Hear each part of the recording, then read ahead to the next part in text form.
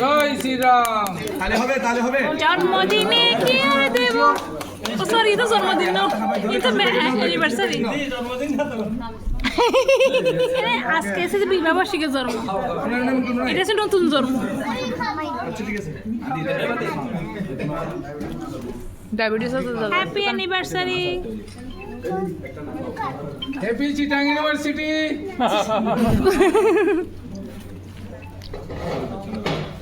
শুভ বিবাহ বার্ষিকী।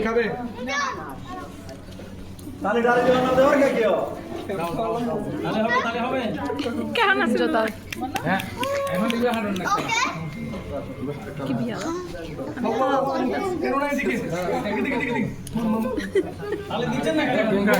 হাতে ফুল, আমি খাবো না, খাইছি আমি।